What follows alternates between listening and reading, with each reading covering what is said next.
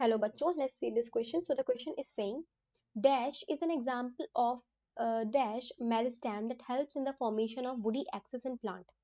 The information in which alternative completes the given statement. Okay. So यहाँ पे बात हो रही है मेरिस्टेम की जो हेल्प करती है फॉर्मेशन ऑफ वुडी एक्सिस। तो वुडी एक्सिस का मतलब ये हुआ बेटा कि वुड बनाती है, और वुड बनाने का मतलब ये हुआ कि यानी कि सेकेंडरी ग्रोथ शो कर रही है। ठीक है, सेकेंडरी ग्रोथ शो कर रही है, यानी कि हम लोग बात कर रहे हैं डाइकॉट प्लांट की, क्योंकि डाइकॉट प्लांट में ही क्या होती है, सेकेंडरी ग्रोथ हमें देखने को मिलती है। तो सेकेंडरी ग्रोथ के लिए रिस्पॉन्सिबल कौन कौन होते हैं, वुडी एक्सिस बनाने के लिए बात हो रही है, तो सेकेंडरी ग्रोथ के लिए रिस्पॉन्सिबल है, ऑब्वियस सी बात है, सेकेंडरी मेरिस्टेम जो है वो रिस्पॉन्सिबल होगी। ठीक है, सेकेंडरी मेरिस्टेम जो होगी वो क्या होगी, रिस्पॉन्सिबल होगी। अब नाउ सेकेंडरी मेरिस्टेम की बात कर रहे हैं अगर हम लोग, तो अगर डाइकॉट प्लांट की मैं बात करूं तो डाइकॉट प्लांट में सेकेंडरी मेरिस्टेम बेसिकली क्या बनाती है, इंटरफेसिकुलर कैम्बियम बनाती है। कैसे बनाती है देख लीजिए जरा।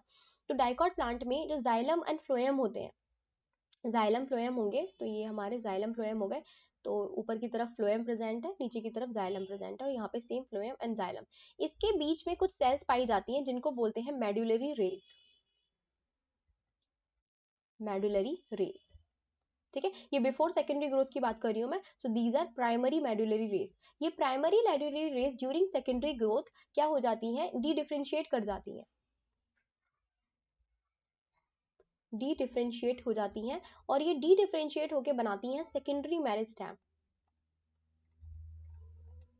ठीक है, एंड दी सेकेंडरी मेरिस्टेम जो बीच में जो सेल्स पाई जा रही हैं, ये बना लेती हैं आगे जाकर इंटरफेसिकुलर कैम्बियम।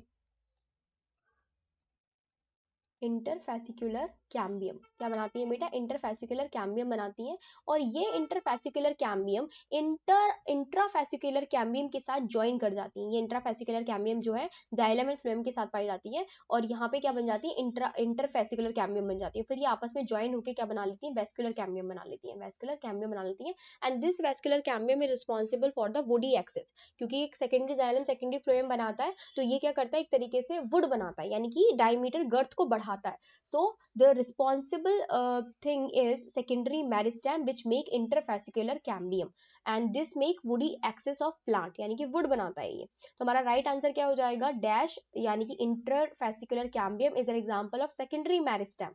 So D हमारा जो है वो क्या हो जाएगा, राइट आंसर हो जाएगा। ए में एपिकल मेरिस्टेम आ रहा है, प्राइमरी आ रहा है, तो प्राइमरी और apical meristem is not responsible for secondary growth, तो ए कट हो जाएगा, बी भी सेम कट हो जाएगा।